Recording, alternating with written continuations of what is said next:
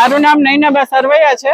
અમારે કૃષ્ણ પાર્ક સોસાયટીમાંથી હું આવું છું। 77 મકાન છે મારી સોસાયટીમાં, બધા હિન્દુઓના મકાન છે। એક અમારી સોસાયટીમાં અક્ષરધામ કરીને મકાન છે, એને અમને ખબર વગર મુસ્લિમોને વેચી દીધું છે। અત્યારે એને સૂથી આપી દીધી છે। અમને એવું જાણ કાલ રાતે મળ્યું, એટલે આજે અમે અહીંયા આવ્યા છીએ અને અમે કલેક્ટરને બી અરજી કરી। કલેક્ટરે એવું કીધું આચારસંહિતા તમારી સોસાયટી નથી આવતી, તો અમારી વિનંતી છે પ્રેસને, મીડિયાને કે આવાજ ઉપર સુધી પહોંચાડે, અમારી સોસાયટીને આચારસંહિતા લાગુ પાડે અને આવા મુસ્લિમો અમારી સોસાયટીમાં ના આવી શકે, કારણ કે અમે હિન્દુ ધર્મ પાડીએ છીએ, અમારે શિવ મંદિર છે।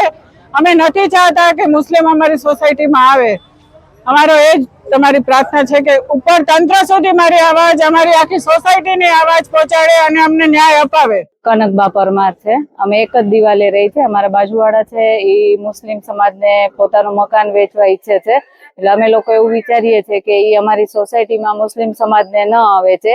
આસાનધારો જે લાગુ નથી પડતો એ અમારી સોસાયટીને આસાનધારો લાગુ પડે એવું, કેમ કે લાખોની પ્રોપર્ટીથી બધાએ પોતાના મકાનો બનાવ્યા હોય અને એમાં જો એક મુસ્લિમ પરિવાર આવી જાય તો બધાને આ મકાનની કિંમતો પણ કેવી થઈ જાય છે, ઓછી। એટલે અમારો એટલું જ કહેવાનું છે કે મુસ્લિમ સમાજ છે એ અમારી સોસાયટીમાં ન આવવું જોઈએ।